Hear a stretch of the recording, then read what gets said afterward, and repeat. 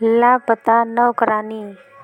मेरा नाम नीला है। मैं मेरे पति रवि के साथ एक बड़े शहर में रहती हूँ। मेरे पति अच्छी नौकरी करते हैं। नौकरी करते अभी उन्हें 2 साल हुए हैं। हमारी शादी को अभी 1 साल हुए हैं। शादी के बाद मैं उनके साथ यहीं रहने आ गई। उन्होंने एक अच्छी सोसाइटी में एक किराए का मकान लिया है। पास में कई बड़े-बड़े घर हैं। यहाँ रहना एक अलग सी बात लग रही है, क्योंकि शादी को अब 1 साल हो गए थे, तो मैंने भी सोचा कि मैं भी जॉब वापस करती हूँ। हालांकि रवि इसके लिए मना करते थे, कहते थे कि वो अच्छा कमाते हैं, क्या ज़रूरत है, लेकिन फिर भी मैंने जॉब ज्वाइन कर लिया। जॉब के साथ घर का काम करने में थोड़ी परेशानी हो रही थी, इसलिए मैंने सोचा कि घर में काम करने के लिए एक नौकरानी रख लेती हूँ। लेकिन बड़े शहरों में अच्छा काम करने वाली का मिलना ज़्यादा मुश्किल होता है। इतनी जल्दी किसी पर विश्वास किया भी नहीं जा सकता।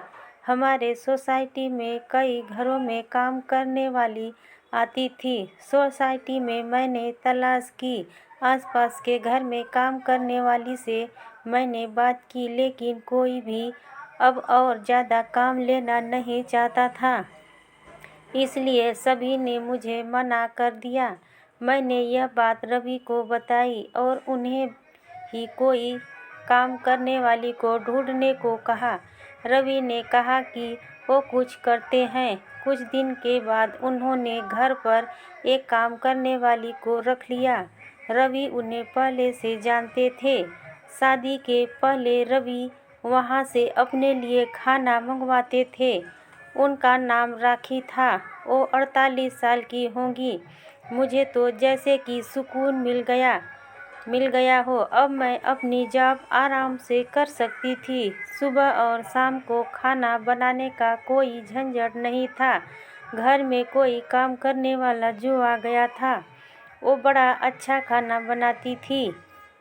रवि तो पहले भी उनका खाना खाते थे, तो उन्हें तो पता था, इसलिए वो उन्हें लेकर आए थे। मेरे पति सुबह जल्दी जॉब पर जाते थे। मैं उनके बाद जाती थी और उनके पहले ही आ जाती थी। मेरे आने जाने तक राखी काम करने आ जाती थी, इसलिए घर की चाबी उनके पास भी रहती थी। शाम को आते समय मैं कुछ समय सोसाइटी के महिलाओं से बात किया करती थी। लगभग सभी को अब मैं जानती थी। शाम को सोसाइटी की सारी महिलाएं भी घूमने बाहर निकला करती थी। ऐसे ही एक दिन जब मैं उन सब से बात कर रही थी, तब एक खबर मुझे पता चली। हमारे 5 घर छोड़कर ही एक परिवार रहता था। बड़ा रईस था। उनका वो खुद का घर था। उस घर में काम करने वाली एक लड़की करीब 19 साल की सुबह से घर पर नहीं थी। वो लड़की उनके घर का काम करने के साथ वहाँ रहती भी थी। वो आंटी बता रही थी कि वो सुबह जब जल्दी उठी तब वो लड़की घर पर थी ही नहीं। फ़ोन किया तो उसका फ़ोन भी स्विच ऑफ था। सोसाइटी में किसी ने उसे जाते नहीं देखा। वो आंटी कहने लगी कि घर देखना होगा, क्या पता कुछ लेकर गई तो नहीं। लड़की तो अच्छी थी, लेकिन आजकल कब कोई बदल जाए इसका पता नहीं चलता है। उस लड़की को मैं भी मिली थी। अच्छी लड़की है, बात तो अच्छे से करती थी। इतना ज़्यादा मैं उसे जानती नहीं हूँ। शाम की सारी बातें और घूमने के बाद मैं घर आई। रवि मेरे आने के पहले घंटों बाद आते थे, लेकिन आज मैंने उनकी गाड़ी घर के बाहर देखी। वो इतना जल्दी आज कैसे आ गए, यही सोचते हुए मैं दरवाजे की ओर जा रही थी। दरवाज़ा मैंने अपनी चाबी से खोला, लेकिन वो नहीं खुला, क्योंकि उसे अंदर से बंद किया था। मैंने डोरबेल बजाई, लेकिन कुछ देर खड़ी रहने के बाद भी दरवाज़ा नहीं खुला। थोड़ी देर बाद वो आए और उन्होंने दरवाज़ा खोला। रवि ने कहा कि तुम आ गई। उनके चेहरे एक अजनबी सा डर था। मैंने पूछा, क्या हुआ, इतने डरे क्यों लग रहे हो? वो बोले, कुछ नहीं, मैं नहा रहा था। दरवाज़ा मैंने अंदर से बंद कर लिया, आवाज़ सुनाई नहीं दी। उनकी बात सुनकर मैं अपने बेडरूम में चली गई। सुबह से घर से बाहर थी तो मुझे बड़ी थकान हो रही थी। बेडरूम का दरवाज़ा बंद करना मैं भूल गई तो हवा से इधर उधर हो रहा था। जब दरवाज़ा खुला होता है तो मेरे बेडरूम के मिस से हमारे हॉल का बाथरूम दिखाई देता है। मैं मिस के आगे खड़ी होकर अपना मेकअप निकाल रही थी कि मुझे वो लड़की मिस में दिखी। वो भी हमारे हॉल के बाथरूम में। रवि भी उस बाथरूम में घुसा हुआ जिसमें वो लड़की पहले से थी। यह सब मैंने क्या देखा, मुझे यकीन नहीं हुआ। इतना दिखने के बाद मैंने बाथरूम का दरवाज़ा बंद हो गया। हवा से मुझे अब बाहर का कुछ दिखाई नहीं दे रहा था।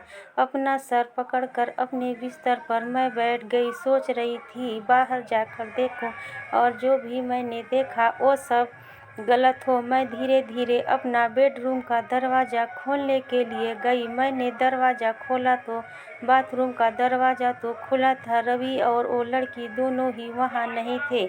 मेरी स्थिति उस समय क्या थी मैं बता भी नहीं सकती। मैं यह सोच रही थी कि रवि उस लड़की को कैसे जानता है और वो लड़की जब मैं वहाँ नहीं थी तब रवि के साथ क्या कर रही थी और अब रवि उसे लेकर कहाँ गया है। मैंने सोचा कि मैं रवि को फ़ोन करूं। मैंने उसी समय फ़ोन किया। रवि ने कुछ देर बाद फ़ोन उठाया। मेरे कुछ पूछने के पहले ही रवि ने कहा कि मुझे कुछ काम आ गया है, बस थोड़ी देर में आता हूँ। इतना कहकर रवि ने फ़ोन काट दिया। वो मुझसे झूठ बोल रहा था। आखिर ऐसा क्या कर रहा था जो उसे मुझसे झूठ बोलना पड़ रहा था। मैं अपने आंसू रोक रही थी, अपने दिल को समझा रही थी कि रवि से बैठकर एक बार बात कर ले। अभी से कुछ भी मत सोच, शायद कुछ और बात होगी। लेकिन फिर यही ख्याल आता ही आईने में मैंने उसे देखा। थोड़ी देर बाद हमारी काम वाली राखी भी आ गई। उसने मुझे इस तरह चिंता में देखा तो पूछा कि मैडम क्या हुआ। मैंने उसे कुछ नहीं कहा और अपने कमरे में चली गई। रवि करीब 2 घंटे बाद घर आए। उनकी शक्ल देखने पर मुझे गुस्सा आ रहा था। मैंने पूछा कि कहाँ गए थे। वो बोले, ऐसे ही कुछ काम आ गया था। वो फिर मुझसे झूठ बोल रहा था। मुझे बहुत गुस्सा आ रहा था लेकिन मैंने अपने गुस्से पर काबू किया क्योंकि घर में राखी थी। मैं नहीं चाहती थी कि यह बात बाहर जाए। मैंने सोचा कि रात में इस बारे में रवि से बात करूंगी। हम लोग दोनों खाने के लिए टेबल पर बैठे थे। राखी खाना लगा रही थी। खाने लगाने के बाद राखी बोली कि साहब बहुत अच्छा काम किया आज आपने। रवि बोले कि थोड़ा और लेट होते तो बस छूट जाती, इसलिए मैं आते ही चला गया। मैंने पूछा क्या बात हो रही है। राखी बोली कि मैडम वो लड़की थी यहाँ पड़ोस में, उनके यहाँ काम करती थी और रहती थी। मैंने उनकी बात काटते हुए यहाँ का कहा, सोसाइटी में बात सुबह से नहीं है कहा है। राखी ने फिर कुछ ऐसा बताया जो मैंने सोचा भी नहीं था। राखी ने कहा कि वो छोटे गांव की है। घर की हालत ठीक ना होने के कारण उसे यहाँ काम करना पड़ रहा था। लड़की अपने घर जाना चाहती थी लेकिन उस घर की मालकिन उसे जाने नहीं दे रही थी। उसे पैसे भी नहीं दे रहे थे। उस घर में दिन रात उसे 8 लोगों का काम करना पड़ता था। जब वो काम पर लगी थी तब सिर्फ 2 ही लोग थे लेकिन थोड़े दिन बाद 8 लोग आ गए, उन्हीं के परिवार के। उसने काम छोड़ने और जाने को कहा तो उन्होंने उसे कहा कि तुम नहीं जा सकती जब तक हमें कोई और दूसरी काम करने वाली नहीं मिल जाती। उसके पैसे भी नहीं दिए। काम करने वाली मिलना मुश्किल है, वो भी इतने बड़े परिवार के लिए। वो कैसे भी यहाँ से निकलना चाहती थी। उस घर की मालकिन उस पर नज़र रखती थी।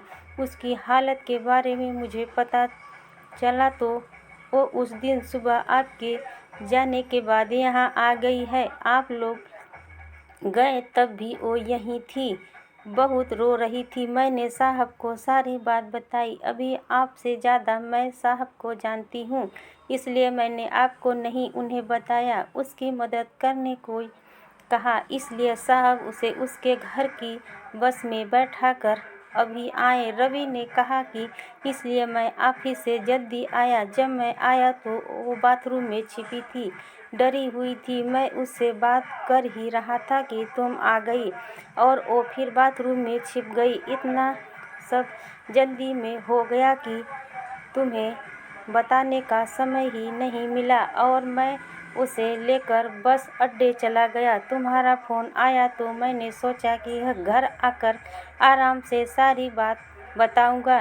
लड़की सीधी थी, वो खुश थी कि अपने घर जा रही है। राखी और रवि की बात सुन मुझे यकीन नहीं हुआ। राखी ने कहा कि बाहर छोटे शहर से काम करने वाले जो आते हैं वो भी इंसान होते हैं। यह बड़े लोग कब समझेंगे। अपने स्वार्थ के लिए उसे रखा था। उसकी बात सोचने लायक थी। इसी के साथ ही मेरे दिल ने एक तो तसल्ली भरी सांस ली। मैंने मेरे पति को कितना गलत समझा। उसने एक सीधी लड़की की मदद की। मैंने राखी को कहा कि अगर अब कभी भी तुम्हें ऐसा कोई और दिखाई दे तो तुम मुझे भी बेफिक्र होकर कह सकती हो। हम इंसान हैं, सभी अपना जीवन अपने हिसाब से जीने का हक रखते हैं। हेलो दोस्तों।